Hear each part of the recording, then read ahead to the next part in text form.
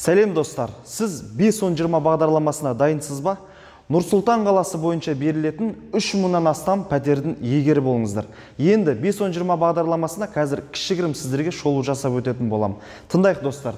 5-10-20 бағдарламасы әкімдік тарапына берілетін үйлер жалпы биылға 3028-ден астам үй беру жоспарда мақсатта бар. Енді 5-10-20 бағдарламасына кімдер қатыса алады?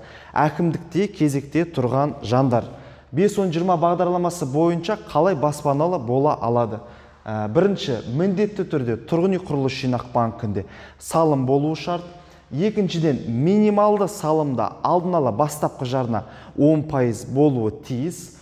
Үшіншісі, яғни 5-10-20 бағдарламасы конкурс жүзінде өтетін болады. Яғни, кім салымын тұрақты, толыққанды толықтырып отырды, кім ақшасын салып отты, кімнің депозитінің мерзім үлкен, сол кісілердің жеңіске жетуге мүмкіншіліктері көп болады. Енді төртінші шарт, яғни бұл көптеген халыққа өте қолайлы, ыңғайлы деп айта аламыз. Әр адам басына шаққанда отбасының бір адамның табысы 101.271 теңгеден аспауы тиіс, яғни 3 минималды айлық көрсеткіші. Егер отбасыңызда 4 адам болатын болса, 400 мыңнан жоғары болмауы тиіс. Енді достар, бізге әлеуметтік желіде, Instagram парақшасына, YouTube, өзіміздің жеке парақшаларымызға көптеген адамдар жазады. Нұрлы жер бағдарламасы болу аясында балды қалай санаймыз? Мен балды санай алмай жатырмын. Қалай білсем болады деген сияқты. Қазір сіздерге ыңғайлы, қолайлы қылып біз арнайы мысал жасап бердік. Қараңыздар, балдың формуласы келесідей. Сияқы, сіздің сияқыңыз бөлінген 2-ге, қосу сіздің салымыңыздың мерзімі көбейтілген 10-ға. Енді құрметті достар, сіздерге ыңғайлы болу үшін, түсінікті болу үшін біз бір мысал алдық. Мысалға сіздің шотыңызда 1.800.000 теңге бар делік. Шотыңыз 1 жыл өтті. Енді қараңыздар, 1 жылдың ішінде сіздің шотыңызға 36.000 сияқы жиналды делік. 36.000-ді бөлеміз 2-ге. Одан кейін қосамыз 12 көбейтілген 10-ға. Сол кезде сіздің балыңыз 18.120 шықты.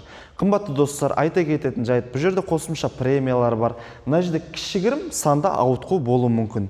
Енді достар, үлкен сіздерге өтініш. Егер баспаналы болам десеңіздер, егер осы жылы міндетті түрде өзімнің үйіме кірем десеңіздер, әзірден бастап тұрғын үй құрылыс жинақ банкінен салым ашып 5-10-20 бағдарламасына дайындала беріңіздер.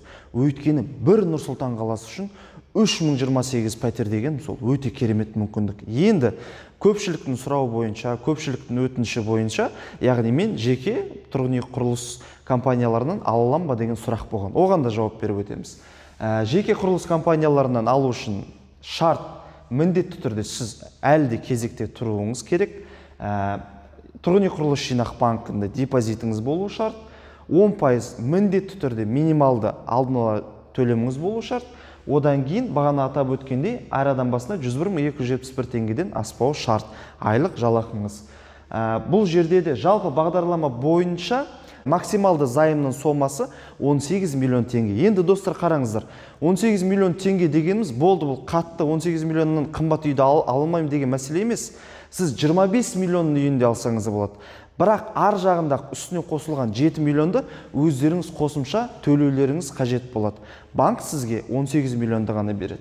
Одан кейін жеке құрылыс компанияларынан алу үшін сізге әкімдіктен жолдама алуыңызға шарт болады. Енді достар, қараңыздар, мына мысалда, мына мәселеде сіздерге шарт қажет. Ал мына жағдайда сіздерге тұрғын үй құрылыс жинақ банкынан кезекте тұрсаңыздар әкімдікте, тек қана салым ашып, жинап отыруыңыз қажет. Немесе алдында салымыңыз болса, соны толықтырып, өзіңіздің үйіңізге жақындап бір қадам жасасаңыздар болады. Қымбатты достар, жасыра кететін ештеңкесі жоқ. Бізде Нұр-Сұлтан қаласы бойынша алдыңғы конкурстар болды. Бірінші конкурс өтті. Одан кейін лот 1, лот 2, лот 3, лот 4, лот 5, лот 6. Жалпы осы конкурста болу барысында көптеген адамдар жазды. Мен өте алмай қалдым, менің балым шамалы жетпей қалды деп. Енді қараңыздар, сіздер үшін қандай мүмкіндік тұр. Достар, 3028 пәтер. Салымымызды толықтырайық, жаңа депозит ашайық, ақша жинайық, осы пәтерлерді иемденейік. Сіздермен болған мақсатпен әр қазақстандық баспаналы болсын.